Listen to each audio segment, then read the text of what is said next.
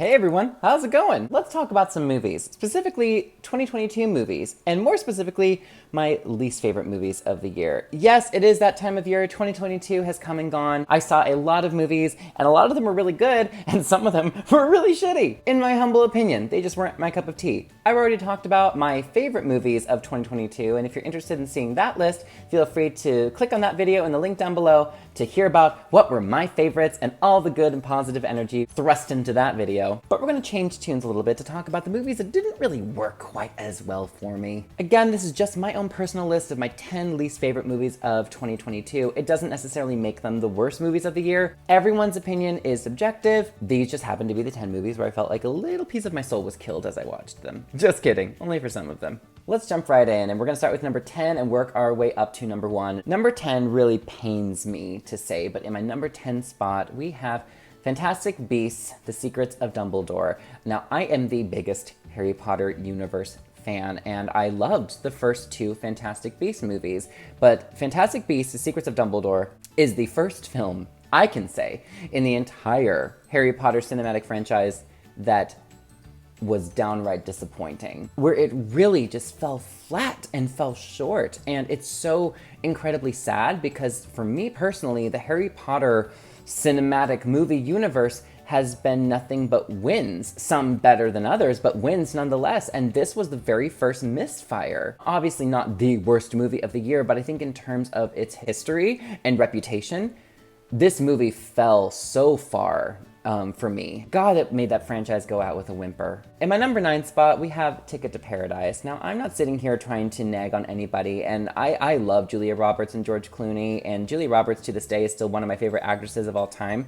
So when she's actually in a movie, which is very rare these days, I will make it a point to go see it. And to see her and George Clooney return to the rom-com franchise, a genre that was in its prime and heyday in the 90s and early 2000s, I was very excited, but equally as disappointed when it did present this rom-com as Netflix-style, straight-to-streaming, Hallmark-level romantic comedy. They are great, and they are great actors, and I love them, but this film and story and material and everything they had to do, it just felt like any lackluster rom-com that we get nowadays, sadly. In my number 8 spot, we have Cyrano, which, quite frankly, I feel like I liked it more the first time I saw it, but over the course of time, as the rest of the year went on, but I feel like the more and more I sit on it and the more it sits with me, it's very unremarkable, it's very watered down, and I feel like it did not go nearly as far as it could have in telling this tragic love story musical. It also just felt very dull. To be honest, it's aging like iced coffee, where by the time you reach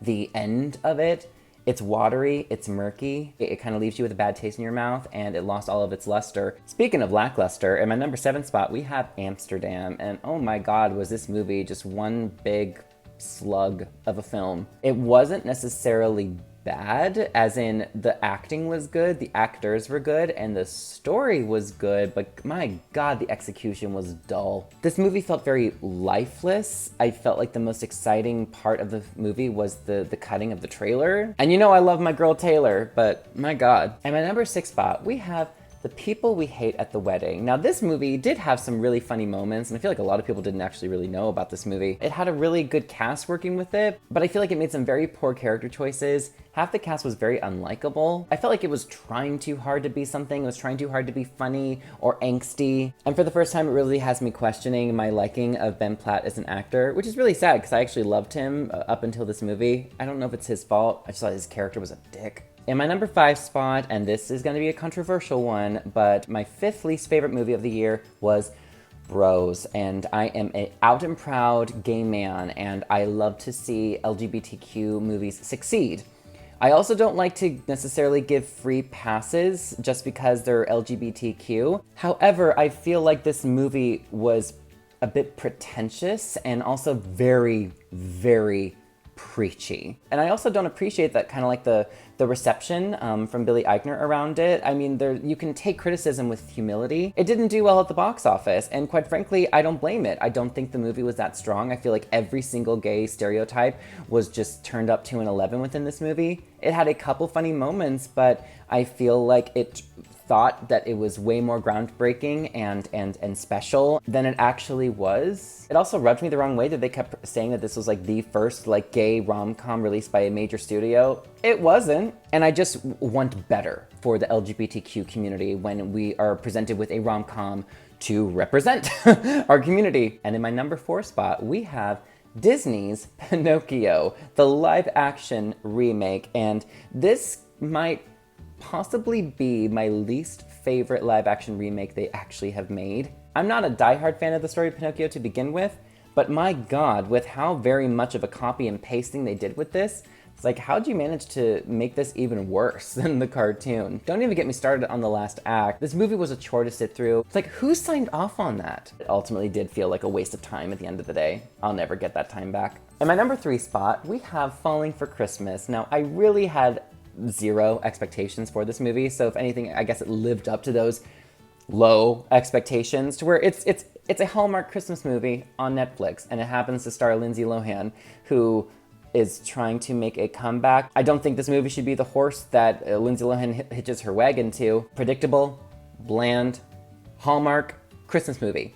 That's like the best way to describe it. The most entertaining part of this movie were the TikToks made around it. So if you like Hallmark Christmas movies, you'll love Falling for Christmas. In my number 2 spot, we have Blonde, arguably one of the most offensive movies to me all year. I'm not a Marilyn Monroe purist, nor am I like a diehard fan or know any and everything about her, but this movie felt incredibly disrespectful. It felt a little exploitative. The movie felt pretentious as hell, and so far up its own ass, thinking that this is groundbreaking cinema. First of all, the movie is like 2 hours and 45 minutes.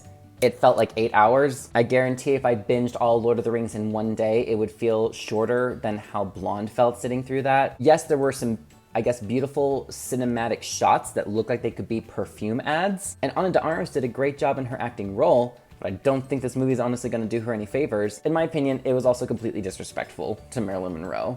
But in my number 1 spot, hands down my least favorite movie of 2022, and that is The School for Good and Evil. I could feel my life wasting away by the minutes watching this movie. Now, not to hate on people who are fans of movies such as Descendants, but this personally felt like a Descendants movie with a higher Netflix budget. And it's especially disheartening when you consider that this is the same director who brought us the likes of The Heat and Spy and fucking Bridesmaids. The School for Good and Evil?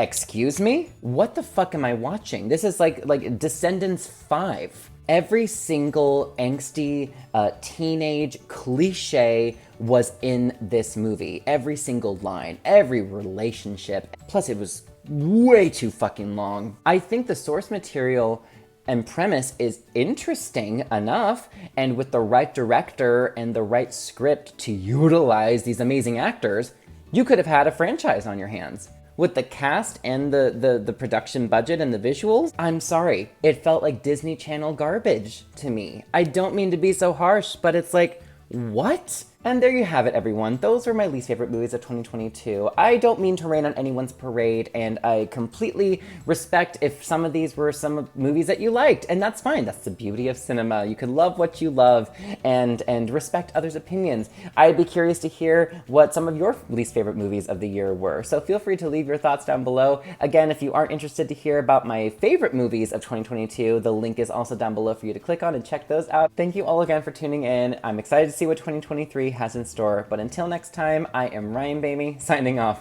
Bye, everyone.